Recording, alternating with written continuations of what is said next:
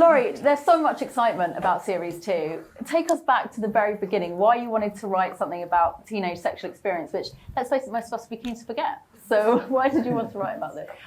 Well, the idea came to me from the production company as a seed pitch. So the production company 11 Film had come up with the idea of what would happen if we put a teenage sex therapist onto a school campus. And I just instantly was like, I have to write the show. And I sent them all these pictures of me as a teenager, which was sort of insane, but I was like, you have to give me this job. And then I went off and sort of, created the world and like developed the characters. And I think I just really saw in it that it was a great opportunity to write something that was hopefully very funny, but also could tackle sort of quite sensitive subject matter with a younger audience in a frank, non-gratuitous way. And when you're sitting down to write Series 2, with Series 1 having been such a monster hit, where do you even start? What's your vision for it? More nerves, or are you okay? I felt like I was quite lucky because I'd started writing Series 2 before Series 1 came out. So I was able to sort of very much stay in the bubble and really think sort of organically, like just what's the rest of the story? What do I want to do with these characters? But then once the show did come out and I realized that people liked it, I definitely did feel a little bit of pressure. But I also felt a bit more confident. Like my first writer's room, I really didn't know what I was doing. I'd never been in a writer's room before. So I was very much sort of faking it till I make it. And then the second time around, I felt a little bit more, I felt like I kind of knew where I wanted to take the characters and I felt like I could be a bit bolder with it. So that's what we're going to see this series, do you think? Hopefully, yeah. And it's always that blend of comedy and drama, isn't it? Which is so difficult to nail, but so key to this series. Yeah, I think we're constantly sort of treading that line. It's my favourite type of storytelling is, I sort of call it happy sad. Like I think, where you're sort of laughing 1 minute and then the next bit you're like, oh, gut punch. So yeah, we're always sort of like trying to do both things at the same time. And yeah, I think there's more of that in Series 2. And a lot of our female characters really come to the forefront. And I think we just go a bit deeper with all of our characters and their stories. And Ben, the visual palette of this series is incredible. Ben is our director, for anyone who doesn't know. I mean, where did you take your inspiration from when you started to put this together and direct these scenes? I think it all sounds like a bit of a negative answer to it, but I think when I first met and I pitched for the job and I told Laurie and Jamie, who's looking at the back there, how I saw it, I think I'd always wanted to do a high school show or a high school movie. And I was always frustrated growing up that all the films that I loved were American and the British never seemed to do a positive representation of the high school experience. So I think there was something very much in Laurie's writing that I thought not only could I finally sneak that visual approach in, but I think it lent itself to it, where it was an incredibly positive world and there was like a fable quality to how positive and how inspirational these characters were. There was a lot of warmth, and it needed a sort of a cinematic rendering, I thought, of something that was probably more akin to an American high school show. And it needed something we always talked about for Otis. It needed a scale where he could be anonymous and he could be a new kid and he could be invisible, which I think was sort of more how I remembered seeing Ferris Bueller and stuff like that, where you can be lost in a sea of characters. And Asa, I mean, it's an interesting series for Otis because he kind of thinks he's had a bit of an epiphany, he's got somewhere, but maybe not. An epiphany is one way to describe it. Yes, I mean, season 2, as you guys all had the joy of watching, Otis is very much connected with himself. And it's great to have, because that's what he's struggling with in the first season, and we see the arc, and it has a beautiful final shot, which then leads us into this. And I mean, when you're doing scenes like that in a show called Sex Education, you kind of know what you're in for. And I remember Ben and I, when I first read the script for episode 1 and read that the opening montage and saw Otis's how the end of the first season had bled into everything that's going on starting the second season. I knew we could have a lot of fun with it, and yeah. When you talk about scenes like that, I mean, can you bear to watch them back? Are you proud of the show that you're in, or how do you feel about it? He was alarmed how long it went on. Yeah, that was the first. Actually, when I'd seen it again, I saw it at the premiere a couple of days ago, and that was the second time I'd watched it, and it was more bearable. I was actually sat next to my mum and dad during that scene, and I asked my mum what she thought of the episode, what she thought of it, and she said she thought it was sweet. So that's, I guess, that's probably the nicest thing she could have said. Little weird, but that's and then much alcohol was consumed, I suppose. Just get out that way. Sadly not. Ncuti, oh my God. I mean, his journey through series 1 and that cliffhanger at the end of that. I mean, the reaction you must have been huge, no? It was positive. Yeah. Yeah, it was. Eric goes through a whole journey in season 1, and it was really, really nice to play a character that represented so much and like had so much strength in a way that we haven't seen strength portrayed before. So thank you, Laurie, for writing such a wonderful character. It was such a pleasure to play him. Obviously, everyone's intrigued about what's going to happen with Adam, but for him himself, do you think we're seeing him more self-assured? Yeah, definitely. He's a lot more comfortable within himself this year. Him and Otis return, and they're quite busy boys this year. They've got a bit of attention this year. Adam does come back into town, and so we'll see how that goes. Oh, say no more. Jean has her own romance this year. I mean, how difficult is that going to be for her? You know, obviously she's so concerned about the relationship with Otis, but she has her own life to worry about. Well, I think it gets a little bit complicated for her. I think she doesn't know quite what she wants. And so she's in a bit of a push-pull relationship. And it's also complicated with the fact that Otis is currently dating Jakob's daughter. And so certainly wouldn't want him to know about that. But so it's a bit complicated. Yes. And obviously she is an expert, but it's really interesting seeing her in a relationship. And, you know, even if you're an expert in something, when it's you, it can be a bit different, can't it? Yes. I don't think she's necessarily an expert at her own levels of intimacy or able to absorb intimacy in the same way that she's able to give advice about intimacy. And I think she has a lot of fear. And I think she's been burned quite a lot. So yeah, she's avoidant. Yeah. And Emma, I mean, our hearts broke for Maeve at the end of series 1. She's sitting there watching that. I mean, we've all been there. Is she going to shut that off in her mind, do you think? How successful can she be at that? That's a good question. I think she'll try and she tries to shut it off, but what I'm happy to see in season 2 is that she's all about Amy, which I'm all about. I like seeing a bit more of Maeve and Amy's relationship and friendship because I think it sets a really good example, and their duo is sort of set aside from everyone else, and I like how they coexist with one another without judging each other, and they completely understand each other. They're so staunchly different, and yet they sort of complete each other. So I'm happy that relationship is sort of coming to the foreground of season 2, definitely. And it's also about her and her own ambitions and the struggles that she faces. It's a lot more about that necessarily than her intimate relationships. Yeah, exactly. There's a lot less. There's virtually no sex or intimacy at all in season 2 for Maeve, and it's more about her family life and how she's trying to find her place a bit more in her family unit, which is already very complicated and convoluted. So she's trying to fit in there, and then is also focusing on her studies more and joins a quiz team. which is very exciting. So you'll be glad to know that.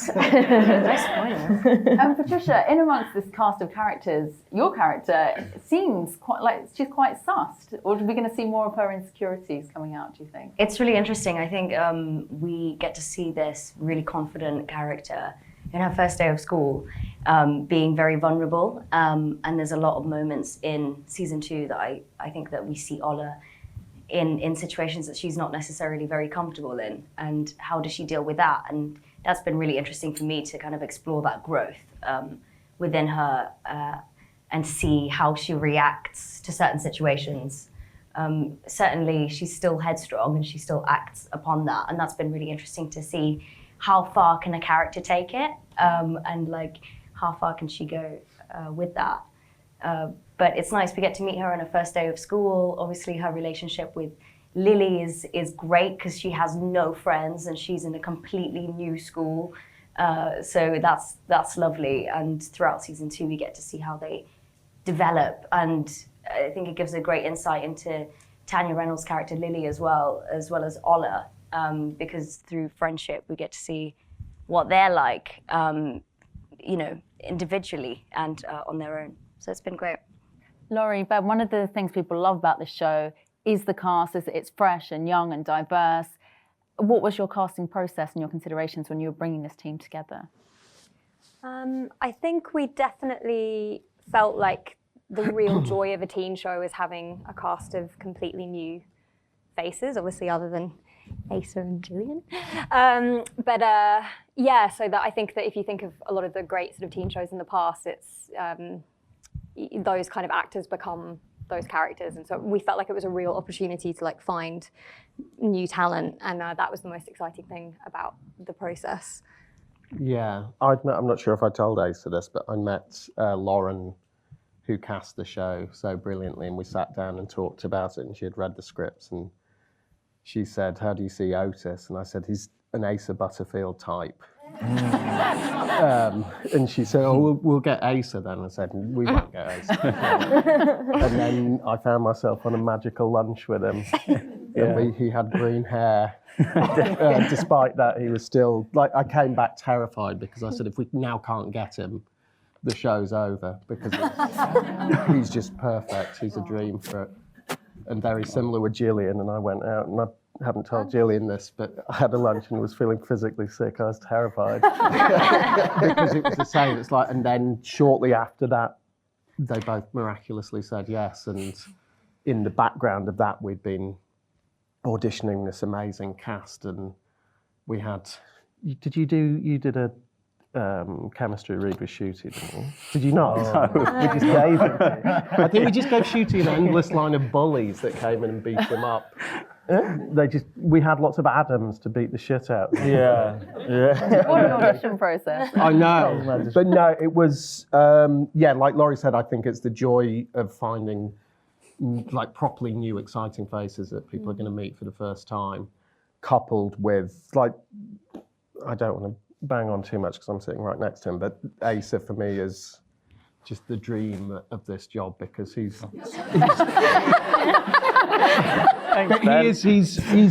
an extraordinary actor, but more than that, he's an incredibly generous human being. And you can put him on set with people that are new and like people fresh out of drama school who'd never been on set before. And he not only wasn't like a big star with them, he was incredibly supportive and brought stuff out of them that they didn't know they had. And together we found this amazing energy on set. And I know everybody in here, I'm sure, is bored about hearing people talk about what an amazing family they had on set, but we're away in Wales for 20 weeks. Yeah. And we just have the best time. And this guy's a very large part of that. Oh. Don't interrupt this bromance. I know that you also care about emerging talent behind the scenes as well. Can you tell us a bit about the training scheme you had in production? Yeah, it was weirdly, other than finding these guys, one of the hardest things to find was a campus that we could take over. So we looked around lots of weird and wonderful nunneries Laurie Nunneries. Sounds so broad. Schools, university, and we looked at all these places, and we found this one in Wales. And then when we knew we were going to go to Gillian and in Wales, we then had a partnership with the Welsh Film Board and University of South Wales, and we had various amazing schemes that I wish were around when I was doing film at university, where we brought on graduates in all departments, and several of them stayed with us from the first to the second series. And every production has its own approach to sex scenes and intimacy. There was an intimacy coordinator on this, wasn't there? Can you tell us why that was important? I think it was something that we talked about very early on. I think because of the subject matter of the show is so sensitive, and the cast is, obviously everyone's over 18, but they're a young cast, and it's something that we take very seriously, that they feel safe and supported, and that any of the kind of scenes that they're going into, they feel like there's a real kind of understanding of why that's being written into the show, why it's important, and yeah, I really have a rule with my writing, which is that any of the sex scenes, like they have to be driving the story, they have to be there for a plot reason, or they have to be very, very truthful and human, so that it's showing us something about sexuality that we maybe haven't quite seen before. And I think everybody in the cast has a real understanding of that, so it really feels like we're all sort of in it together. And Ita, the intimacy director, she just really, really helps that process. She talks about it like you'd have a fight director on set, so why would you not have somebody to direct these quite difficult, intimate scenes? And I think everybody's found it very helpful. Patricia, can you talk about that from an actor's perspective, what that's like? Is it like choreographing a scene? It is, and it's incredibly helpful, actually. It's almost like a dance, because you will kind of work through the sex as with beats. Do you know what I mean? And I described it earlier with David Thackeray also works with us with Ita, and he'll be there being like, okay, so we'll start at a 2 orgasm, and then you'll go up to a number 4, and then maybe let's get to 8, but and do you know what I mean? And he'll it's about having somebody to almost understand the scene physically for you, and remind you where you're going to go with it when you're filming, and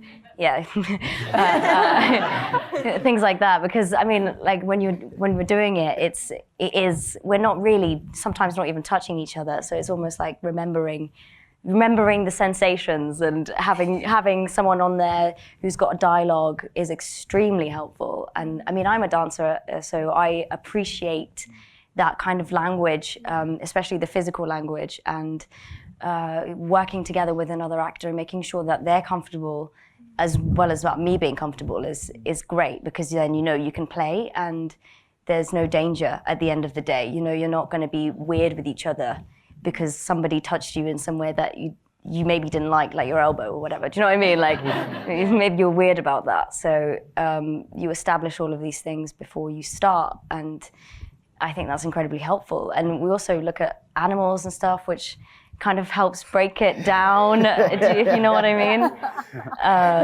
So that's a bit of insight into our sex scenes. Gillian, you've worked on so many hit shows. When you first got the script for this, did you have an inkling that this was going to be big? Could you see it, or is it always a gamble? It's always a gamble. I'm not sure if I even knew it when I first watched it. It was so different from anything that I'd ever done before, and anything that I'd ever seen before. And it was really hard to judge whether, for me, I know that Netflix felt so strongly about it from the beginning, and they knew that they had a hit on their hands. But I didn't know for myself how the audience was going to take the fact that it was both American, and it was British, and it was in the past, and it was in the present, and also just the particular degree of comedy mixed with drama, because it is a comedy, but it's also a drama. Very, very serious subjects, but a lot of really broad topics, or a way of handling topics very broadly. And so it was such a fantastic and pleasant surprise to discover that I was wrong. and that actually it's exactly what people needed in this moment for exactly the same reasons why one today in this age needs to have an intimacy director, because to protect people on set, which has never really happened before in any other decade.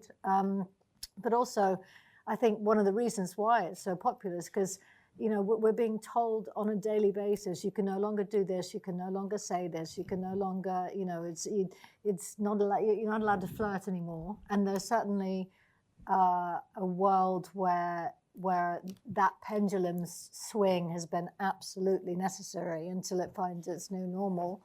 But in the meantime, it's also incredibly freeing for a young generation who hasn't even had the experience yet of having all the different degrees of inappropriateness that can happen necessarily. To have to be so concerned about what's okay and what's not okay, to just have it all on the table. And so I think that's probably it's so broad in so many different areas and so diverse that it's inclusive of everybody and everything. And there's something incredibly freeing and spectacular about that. And yeah. Asa, what have you made of the reaction? Because it's not just teenagers watching it; it's a really wide range of people, and some find it hilarious, some sort of taking quite a lot more from it actually, and the poignancy of it. I mean, what have you made of what people have said to you? I mean, yeah, it has been spectacular, and I've heard so many amazing things from people. I mean, we always hope a show is going to do well and it's going to be successful, and you hope that people will talk about it, but to hear that it actually helped people, like there were people in countries that perhaps same-sex marriage was illegal, and we heard stories that they'd watched this show and it really helped them sort of accept themselves and believe in themselves and believe in their place on the planet, because the show is so inclusive and so accepting, and it's really special to be a part of something which can be so empowering. And just before I go to the audience, Ncuti, Emma, Patricia, I wanted to ask you about this as a breakthrough role. I mean, for your first massive role to be on, this is pretty mental, right? I mean, what's that experience been like for you guys? Oh Lord.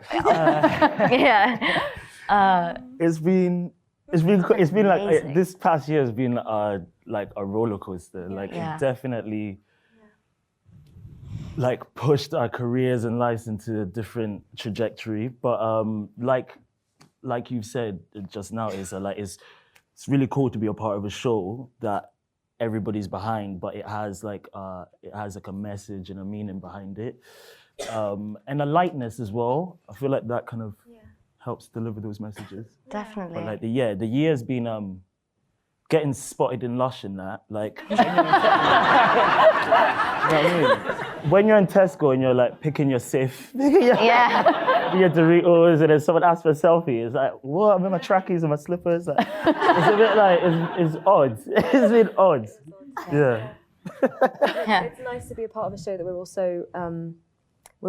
I feel like we're all very excited to be a part of it, and we're all very proud. I don't know if proud is the right word, but Big fans. Yeah, we're fans of our own show, which is quite nice. And yeah, like you said, Ncuti, and Asa, it's very empowering, and it feels like we're sort of part of a movement in a way, because we're establishing, or at least we're opening up a lot more conversations and a lot more doors for people. And it's as well as being very touching and moving and silly and sometimes farcical, it's becoming a tool for people, and people are using it as a point of reference, which is just, I think that's brilliant, and I like the practical element to it as well. Yeah. So yeah.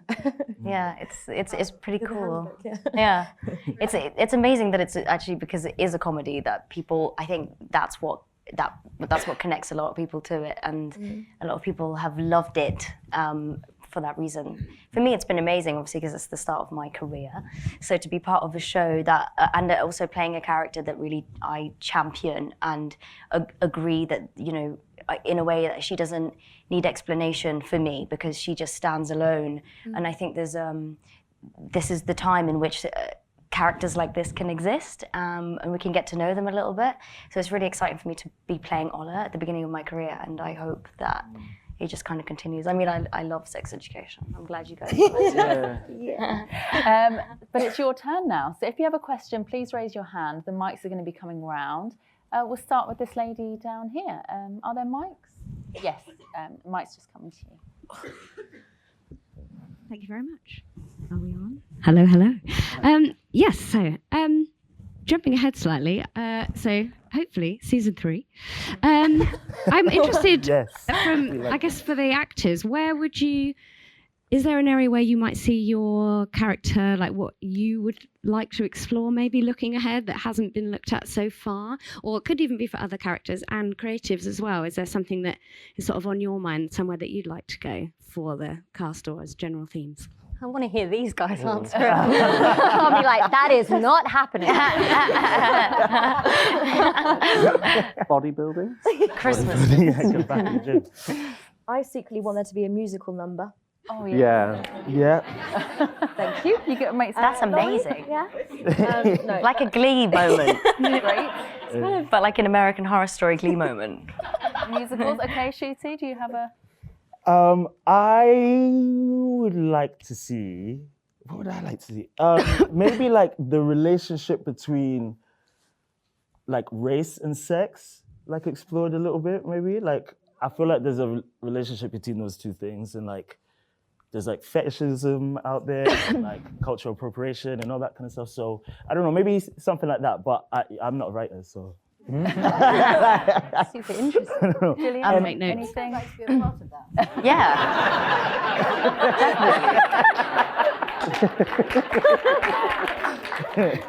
Definitely. Series 3 is going to be amazing. Asa, anything spring to mind? I don't know. I'd like to see Otis break some more rules. I think I'd like to see him. I don't know. Like I always like when cause I think Otis has a sort of dark streak in him, and all the characters are flawed in some way, and I think that's what He's basically relatable. evil. And there is certainly some evil in him. We've seen it in season 1. We've seen it in season 2. I'd like to see a bit more of that. Not like so that we don't like Otis, but. Oh my God, can he turn into a serial killer? Wow. This is in your hands, Laurie. Loving this. Great. Let's get another question. Thank you for that. Where are you? Raise your hand so I can see you.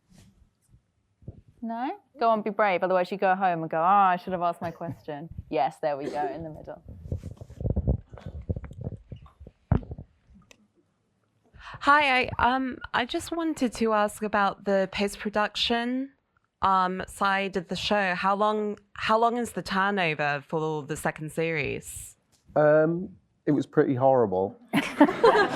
So I did this year, weirdly, I did the second block, but I did episode 1, 6, 7, and 8. And by the time we had wrapped at the end of August, basically, sorry, short answer was we got to deliver it for this time slot, so it's got to go out mid-January. So in order to do that, we triple banked editors for the first time I've ever done that. So I was editing 3 episodes at once, and it just all got very condensed. So the first block was a bit more luxurious, but it's sort of roughly about 3 weeks an episode for offline. But they are, and it's the best, most challenging thing about Laurie's writing is that they're dense. Like there's episode 8, I think, had something like 90 scenes for a 50-minute thing. So it's really intense. And unfortunately, it all lands on these guys' shoulders because it just means that we're moving really quickly. But then the edits, it's quite tough. Is there a pressure in terms of writing and production to keep that momentum of the first series when you're working on a series 2? Yeah, I think in a way, with the writing, it's just been non-stop for like 2.5 years, really. I feel like I've done nothing but write. But but in a way, that's also it's a great thing because it means that I'm just completely in that world. I'm completely immersed in it and focused on it. But it's basically the same for you as well, Ben. It's not much break, really. It's pretty intense. Yeah, in a good way. Though. In a good way. How many hours a day you write? It varies. It varies. When it gets closer to like the read through, sometimes I'm like there's been times where I've written like all the way through the night to like 6 a.m, which is pretty nuts. But I don't do that I'd be dead. I don't do that every day. I do sleep sometimes, but I dream about this show, so it's like I'm basically a crazy person. Amazing. Any other questions? Yes, down here. I wanted to ask. The mic. I wanted to ask about the wardrobe, because obviously Jean's wardrobe is amazing. So, what's everyone's favourite article of clothing from like their own character's wardrobe? Oh, good question. Good Excellent question. Gillian, start with you. There's a top of jeans that I really, well, so many things. There's a top of it that half of it, if not 3/4 of it, is vintage. It's from Angels, and so Rosa, who designs it, we meet there for hours and hours, and she pulls stuff, and most of the stuff that she pulls onto the racks are yeses. I think I'd probably say no to maybe 10%. And she's got such a good eye. Yeah. And so there's a few coats, but there's this light green velvet top. And there's just, I don't know. I like your yellow dressing gown. Yeah, I was going to say, I love your dressing gown. Dressing gown. I love it. Great. A lot of men have worn that. Patricia, do you have a favourite piece? Myself? Yeah. I have a green jacket, which I sport always. Yeah. And I feel like not Ola when I don't wear it. So I love that. But also I have a lot. I mean, I don't want to spoil it for you guys because half of my stuff comes in at the end, my favourite stuff. So, I mean, after you watch the series, we'll chat if you guys want. Emma, that suit you had, Yeah. that stripy, pointy. Yeah. So was that? Later on. Yeah. I have some vintage, like genuine stuff from the 70s, which just excites me so much. So cool. Proper fitted, gorgeous things, which Rosa always makes sure that fits me just right, like a glove. So I have an amazing. Can I say it? Suit. Yeah. She said it. Then it's not coming from my mouth. Emma, what's your fave? My favourite is probably have that little Americana fringe jacket number with the tassels, Yeah. which is a great little piece. And also, I just love that Maeve has a cardigan that she just wears in her caravan, and I'm so excited when I get to wear that because it feels like pajamas. So it's great. Shooty? The prom outfit. Yeah. Nice choice. Asa? I don't want to say my jacket, because the jacket's really cool, and that's the only time. So there is a T-shirt Otis has, and I think it says like Lincolnshire Country Club, and it's got like this funny little house and then a photo. And it's an old, like, you know what I'm talking about, the brown one. I love that one. Lincolnshire might not be. It's somewhere. Country club. I just thought it was quite. I don't know why I like it. I like it. I always get excited when I see it in my. You're allowed to like it. The jackets for Otis are best and worst friend because we shoot it in the height of summer, so he has no choice. You sort of approach him and put him back in it, and it's just the hottest thing. And it's Do you in want the to talk same about the one black for both. leather jacket Yeah. I have to wear every single day? For a second. Great question. There's probably time for one final question here. Or we'll take these two and then we'll wrap. So yes, this lady down here. And there's one here. We'll go this one first. Yeah, okay. Great. So I was quite interested as to whether in season 2 you kind of delve a bit more into Eric's kind of home life and family dynamic. I mean, because I think that's quite important. We do a little bit. Do you know my mom, Eric's mom, comes a lot more to the forefront this season. Because, mamas know best, always. And Eric is like, there's a couple newbies in Moordale town this season that some have caught his attention. And so, mama helps kind of steer him in the right direction. And so, yeah, we see a little bit more about Eric's kind of home life this season. Exciting. And there's a question just here. Yeah. Hi. He's not here today, but Was there any particular thought behind having a Swedish actor come on?